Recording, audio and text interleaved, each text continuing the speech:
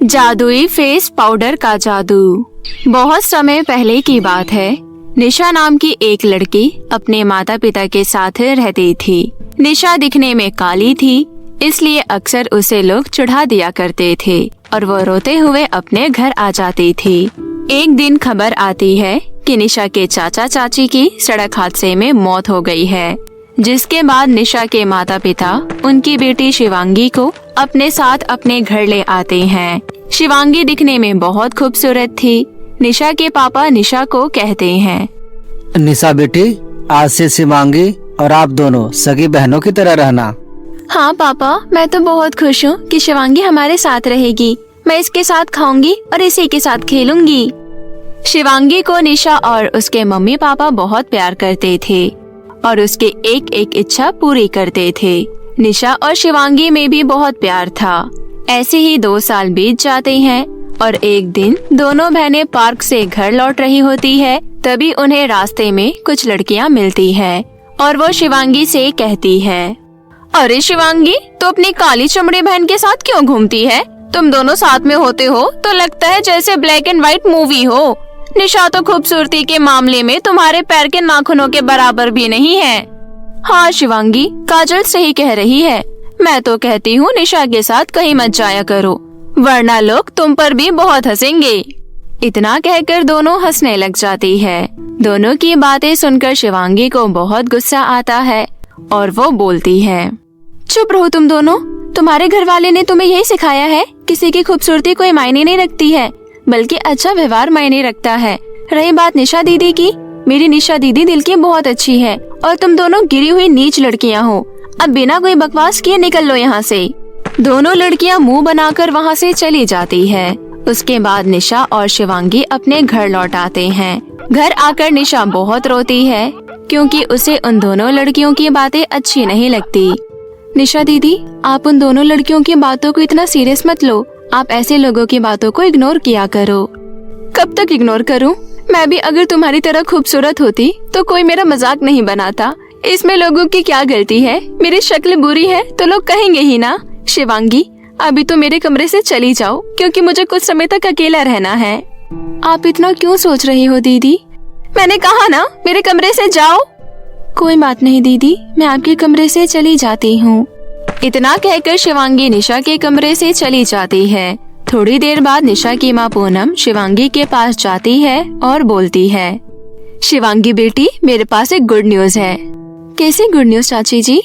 निशा को देखने के लिए कल लड़के वाले आएंगे। बेटा, कल निशा को अच्छे से तैयार कर देना। ठीक है चाची जी। पूनम वहाँ से चली जाती है और शिवांगी थोड़ी देर बाद निशा के कमरे में जाती है। शिवांगी निशा से कहती है, निशा दीदी, कल आपको लड़के वाले देखने आ रहे हैं। क्या सच में? लेकिन लड़के वालों को मैं पसंद आऊंगी क्या?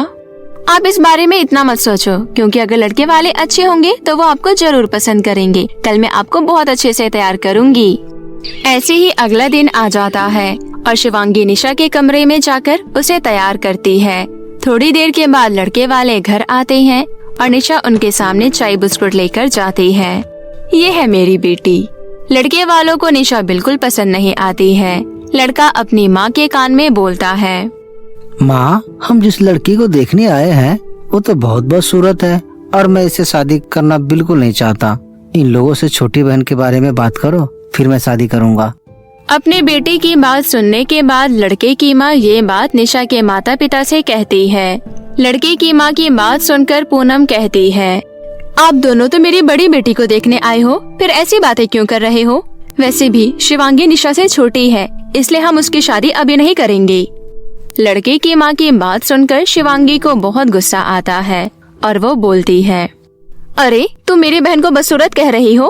अरे पहले अपनी बेटी को तो देखो, भालू जैसा लगता है। घर से बाहर निकलने का दरवाजा वहाँ है, चुपचाप दरवाजे से बाहर का रास्ता नाप लो। लड़के वाले गुस्से से वहाँ से चले जाते हैं। निशा फिर से रोते हुए अपने कमरे में चली जाती है। शिवांगी निशा को चुप करवाने उसके कमरे में जाती है। दीदी, आप रो मत, देखना एक दिन आपकी शादी बहुत अच्छे लड़के से होगी। तुम कुछ मत बोलो। कब तक मुझे ऐसी ही झूठी तसल्ली देते रहोगी? मुझे अब किसी से शादी नहीं करनी। चली जाओ यहाँ से, मुझे तुमसे बिल्कुल बात नहीं करनी। लेकिन मैंने ऐसा क्या किया? तुम्हारी वजह से ही लड़के वालों ने मुझे पसंद नहीं किया। अगर तुम नहीं होती तो वो मुझे पसंद कर लेते। दीदी, आप ये कैसी बातें कर रही हो? मैं बिल्कुल सही बोल रही हूँ। चलो मेरे कमरे से निकलो, मुझे तुमसे कोई बात नहीं करनी।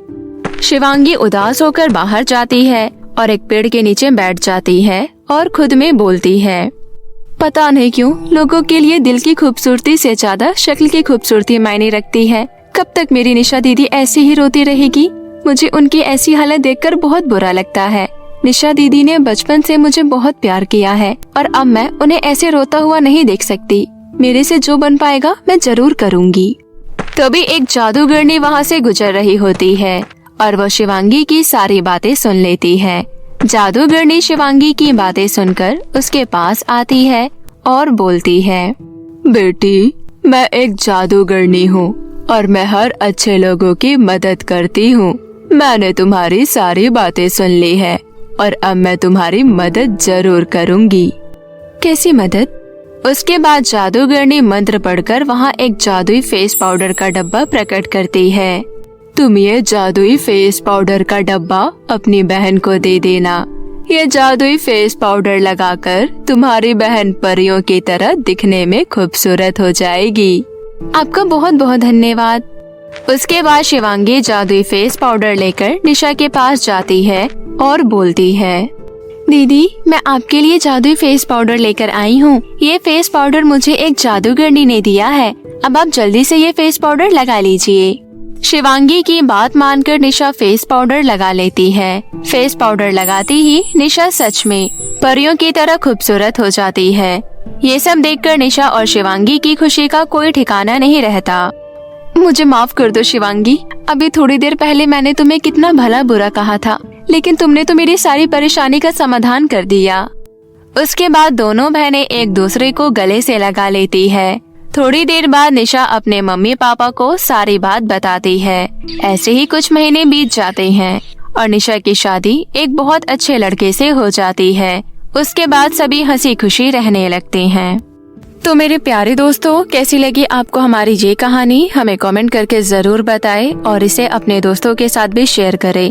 और हाँ दोस्तों, अगर आपने अब तक हमारे चैनल को सब्सक्राइब नहीं किया है तो प्लीज जल्दी से नीचे लाल बटन दबाकर अभी कर ले। तो मिलते हैं आपसे फिर किसी नई कहानी के साथ। तब तक के लिए आप अपना ध्यान रखें। धन्यवाद।